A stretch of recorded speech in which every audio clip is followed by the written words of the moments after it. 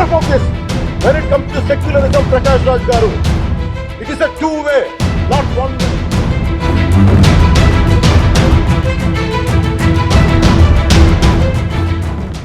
नमस्कार, मैं हूं आपके साथ सपना दानू। स्वागत है आपका हमारे चैनल एनएमएफ न्यूज पर। आंध्र प्रदेश के तिरुपति मंदिर में बनने वाले प्रसादम यानी लड्डू में मिलावटी घी और जानवरों की चर्बी का इस्तेमाल करने की खबर से पूरा देश हैरान है। इस मामले को लेकर अब राजनीति भी शुरू हो गई है। हाल ही में तिरुपति मंदिर के लड्डू विवाद पर साउथ सुपरस्टार और आंध्र प्रदेश के डिप्टी सीएम पवन कल्याण ने कहा था, अब समय आ गया है कि राष्ट्रीय स्तर पर एक सनातन धर्म रक्षा बोर्ड होना जरूरी है। सनातन धर्म के लिए आवाज उठाने वाले पवन कल्याण की बातें प्रकाश राज को बर्दाश्त नहीं हुई थी। फिल्मों में विलेन का किरदार निभाने वाले प्रकाश राज ने पवन कल्याण के बयान पर अपनी भड़ास निकालते हुए कहा था, आप इस मुद्दे को राष्ट्रीय स्तर पर क्यों उछाल रहे हैं। प्रकाश राज के इस बयान पर पवन कल्याण को इस कदर गुस्सा आया था कि उन्होंने सीधा सीधा कह दिया था कि प्रकाश राज, आपको सबक सीखना होगा और सनातन धर्म के बारे में बोलने से पहले 100 बार सोचें। पवन कल्याण की ये बातें सुनकर प्रकाश राज इस कदर भड़क गए थे कि उन्होंने आंध्र प्रदेश के डिप्टी सीएम को अकड़ दिखाते हुए जवाब दिया था, मैं विदेश में शूटिंग कर रहा हूँ, आपके सवालों के उत्तर देने के लिए वापस आऊंगा। अब जिस तरह से प्रकाश राज ने सनातन धर्म के लिए आवाज उठाने वाले पवन कल्याण को अपनी अकड़ दिखाई है, वो लोगों को रास नहीं आया है। पवन कल्याण से इस तरह से बात करना प्रकाश राज को भारी पड़ गया है। सोशल मीडिया पर लोगों ने एक्टर को सबक सिखा दिया है। एक यूजर ने लिखा, मुझे आशा है कि एक दिन फिल्म उद्योग द्वारा आपका बहिष्कार किया जाएगा। वहीं एक और दूसरे यूजर ने लिखा, हम पूरे देश में सनातन धर्म बोर्ड की स्थापना करेंगे और हम हिंदुओं को उपदेश देना आपका काम नहीं है, हम पवन कल्याण के साथ मिलकर ये कहते हैं। इसके अलावा एक और यूजर ने लिखा, अरे क्रिमिनल राज, आपके पास वीडियो ट्वीट करने का समय है लेकिन पवन जी को जवाब देने का समय नहीं है। ओ, जवाब इंडी गैंग द्वारा लिखा जाएगा और आपको यहाँ फेंक दिया जाएगा। वहीं एक और यूजर ने लिखा, श्री प्रकाश राज उर्फ राय सुविधा के अनुसार पवन कल्याण जी को एक असफल राजनेता, एक असफल नागरिक और एक असफल इंसान से सलाह सुझाव की आवश्यकता नहीं है, इसलिए कृपया बस कुछ मदद दें। इतना ही नहीं, एक और यूजर ने लिखा, अरे क्रिप्टो कायर, सोशल मीडिया पर चिल्लाने के अलावा तुम्हारे पास उसका सामना करने की हिम्मत नहीं है। तो देखा आपने, पवन कल्याण को अकड़ दिखाना प्रकाश राज को कितना भारी पड़ गया है।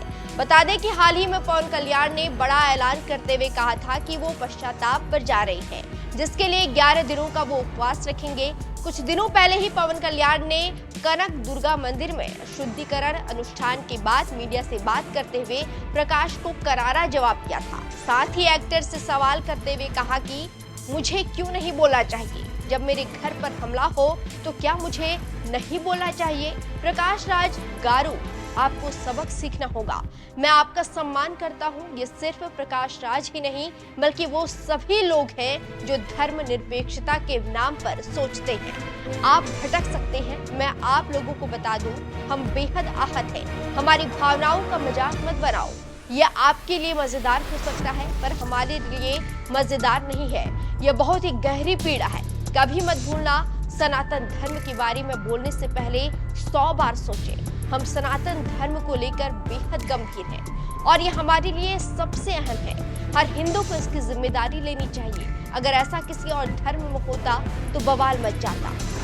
अब पवन कल्याण के इस जवाब पर प्रकाश ने भी पलटवार किया है। प्रकाश ने एक वीडियो शेयर करते हुए अपने पोस्ट में लिखा है कि वो वापस आने के बाद अपना जवाब देंगे। प्रकाश राज ने पवन कल्याण की बात पर रिएक्ट करते हुए लिखा है कि पवन कल्याण गारू, मैंने आपकी प्रेस कॉन्फ्रेंस देखी, मैंने जो कहा और आपने जो गलत अर्थ निकाला है उसे देख हैरान हुई। मैं विदेश में शूटिंग कर रहा हूँ, आपके सवालों के उत्तर देने के लिए वापस आऊंगा। अगर आप मेरे पहले किए गए ट्वीट को देख सकें और समझ सकें तो आपका बहुत आभारी रहूंगा।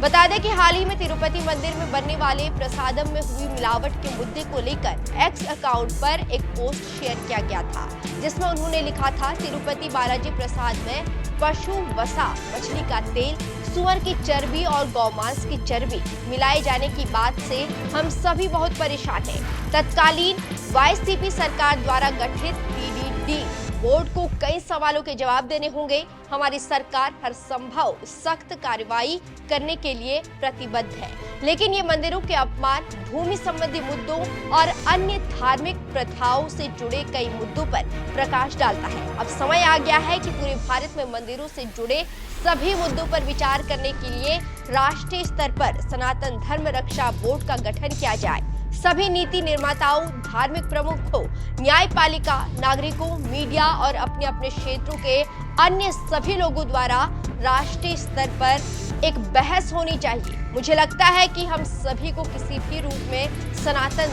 धर्म के अपमान को रोकने के लिए एक साथ आना चाहिए। वहीं पवन कल्याण के इस पोस्ट पर प्रकाश राज ने अपनी भड़ास निकाली थी। एक्टर ने एक्स अकाउंट पर लिखा था, इसी पर प्रकाश राज ने रिएक्ट कर दिया। उन्होंने लिखा, डियर पवन कल्याण, ये मामला उस राज्य में हुआ है जहां आप डिप्टी सीएम हैं। प्लीज जांच कीजिए, दोषियों का पता लगाएं और कड़ी कार्रवाई करें। आप इस मुद्दे को सेंसेशनल क्यों बना रहे हैं और इसे राष्ट्रीय स्तर पर बड़ा क्यों बनाना चाहते हैं? केंद्र में बैठे आपके दोस्तों की कृपा से देश में पहले ही बहुत सामुदायिक तनाव है।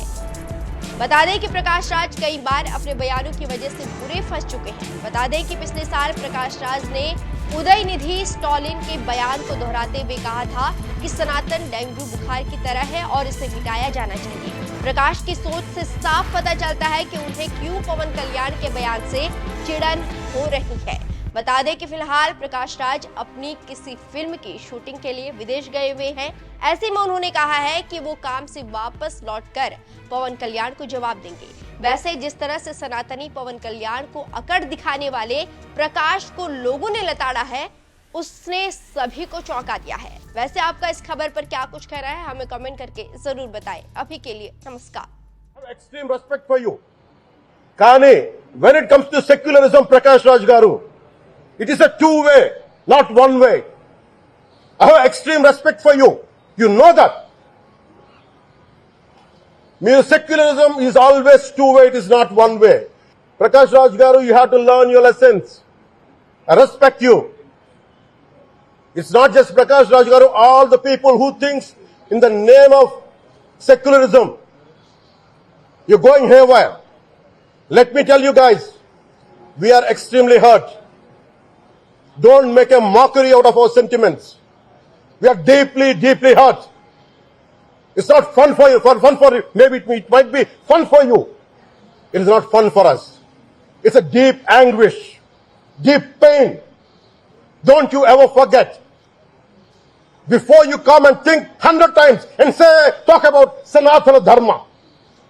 Enough of this. Laddu is a sensitive issue. Don't you ever say that. Don't